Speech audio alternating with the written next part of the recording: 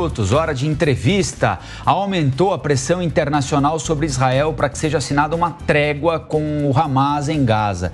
A gente vai tentar avançar um pouquinho no assunto. Para isso, convidamos o professor Daniel Porfírio do Castro Vieira, professor titular de Relações Internacionais do Centro Universitário de Brasília. Professor, bem-vindo, obrigado pela atenção mais uma vez, hein? Rafael, saudações.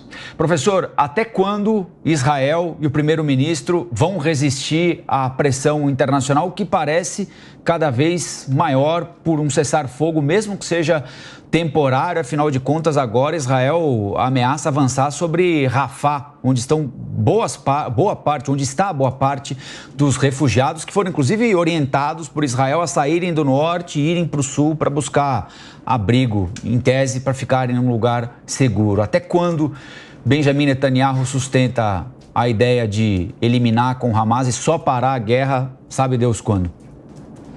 Rafael, se a gente pegar a história dos conflitos de Israel na região, principalmente quando a gente fala de ação interventiva de Israel contra os palestinos, nós temos que entender, não importa se é o Partido Trabalhista, não importa se é o Likud, não importa se era na época do Ariel Sharon, existe pouca consideração quando se fala de pressão internacional, pressão da comunidade internacional. Ainda mais quando a retórica interventiva é a defesa de Israel, a defesa do seu povo ou a libertação de cidadãos reféns. E é aqui que eu quero enfatizar. Nós vimos recentemente que, por meio de ações interventivas contínuas, em função da ocupação na faixa de Gaza, mais reféns foram libertados recentemente.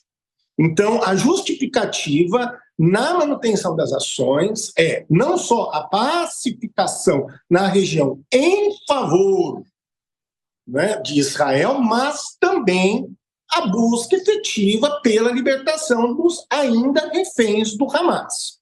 Então, teremos pressão, sabemos que os americanos estão pressionando pela não cessação, mas a diminuição da ação na região, mas Israel, e especificamente aqui o governo Netanyahu, tem uma obstinação que é o quê? Restringir as ações do Hamas e, obviamente, libertar a sua população, razão, inclusive, de ser, uma das razões de ser dessa ocupação na faixa de Gaza. O Itamaraty se manifestou mais uma vez a respeito dessa ofensiva no sul de Gaza, disse que é preciso que haja um cessar-fogo não só para acabar ou evitar mais mortes de civis, mas também evitar aquele deslocamento forçado dos palestinos, dentro da faixa de Gaza e para fora da faixa de Gaza. Recentemente nós conversamos com outro especialista, assim como o senhor, e falamos sobre esse trabalho que parece com um trabalho de enxugar gelo, professor. Essas tentativas de se chegar a um acordo que dificilmente vai alcançar um consenso diante da disparidade de interesses desses atores envolvidos. Agora, com o Serviço Secreto de Israel envolvido nessas articulações, com a CIA, Agência de Inteligência dos Estados Unidos, também envolvida nessas articulações, é possível ter esperança de se alcançar um acordo por cessar-fogo temporário?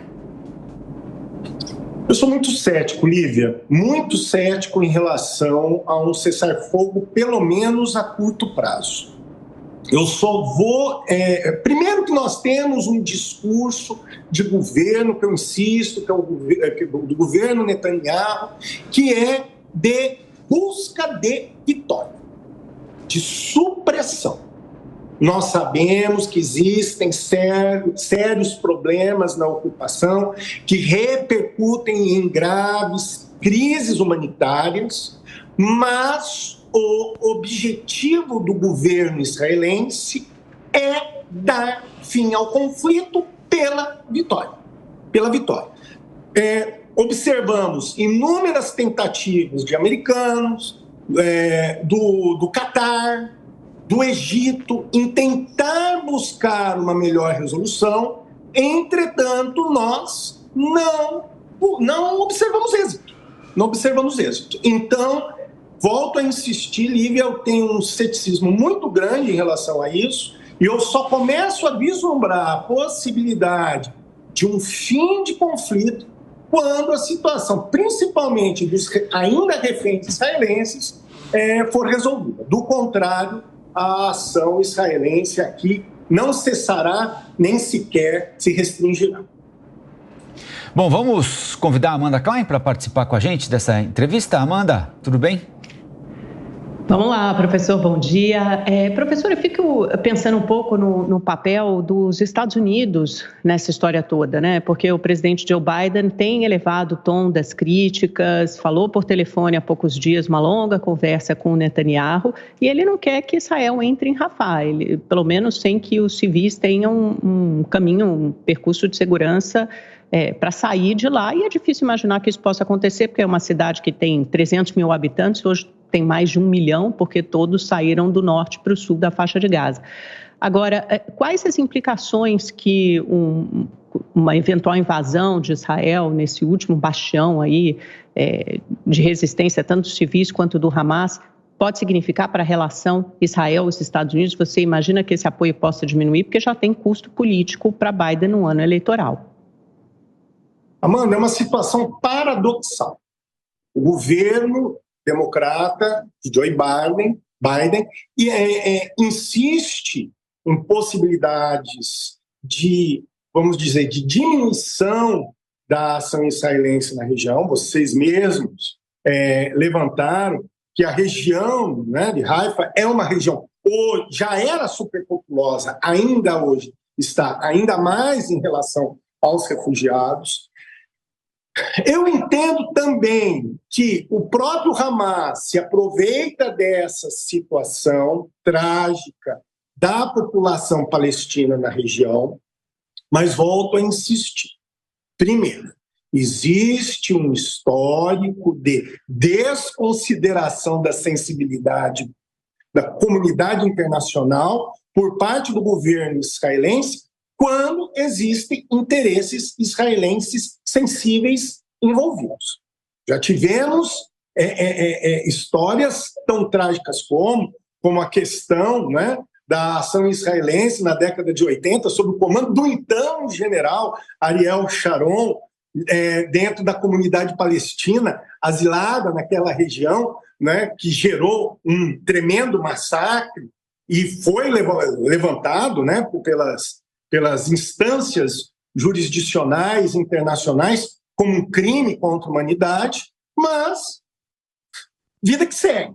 Essa é a primeira questão. Segundo ponto, a situação para os americanos é uma situação complicada, só que Israel faz parte do jogo político norte-americano na região.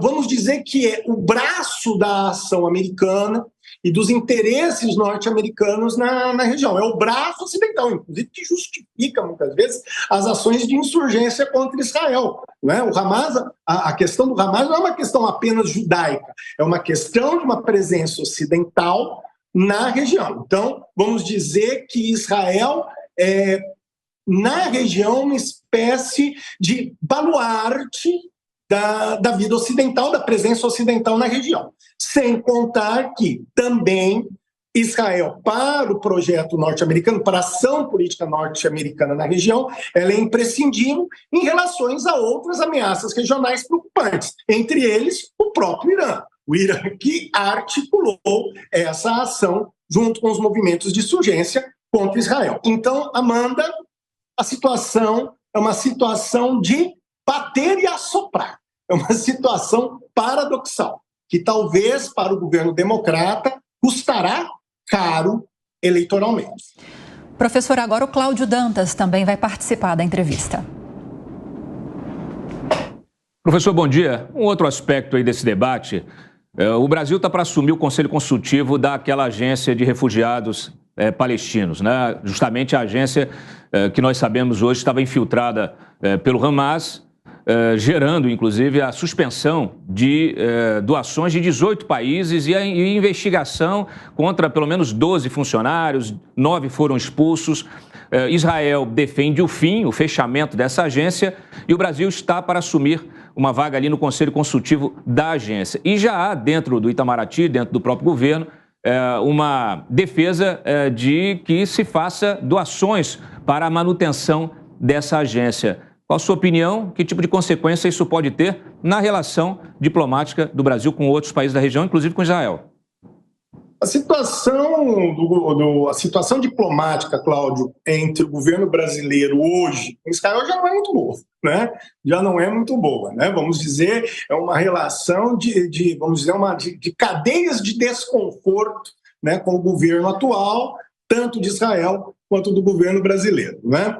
Mas o que nós temos que perceber é o seguinte: a finalidade da ONU e de seus braços, historicamente, é garantir uma utopia, um objetivo que para os americanos nós chamamos de tradição wilsoniana, e numa perspectiva anterior e inspirador do wilsonianismo, o presidente Woodrow Wilson, é a tradição kantiana de garantir harmonia, paz, dentro das possibilidades da realpolitik, a paz entre povos, a paz entre a ação, a assistência a populações, a grupos que estão numa condição de vulnerabilidade. Então, esse é o papel da ONU. A agência de refugiados tem, em tese, um papel importante, significativo, que deve ser considerado, deve ser incentivado. O problema, e isso tem que ser discutido, já que falamos tanto de reforma da ONU, são as finalidades reais da ONU e o alinhamento dos agentes que trabalham para essas agências, esses braços da ONU, se eles têm um real alinhamento, um comprometimento com o modelo de paz perpétua, de harmonia, né, na construção aí de um ambiente harmônico dentro da comunidade internacional. Porque é inadmissível, né, termos agentes que estão comprometidos, em tese, com um papel histórico da ONU e incitando ou apoiando conflitos. É completamente contraditório. Então, o problema não está nas agências da ONU, mas no comprometimento de seus agentes. Muito bem, nós conversamos com o professor Danilo Porfírio de Castro Vieira, titular de Relações Internacionais no Centro Universitário de Brasília. Professor, mais uma vez, muito obrigado, boa quarta-feira, até a próxima. Um abraço a todos. Muito obrigado.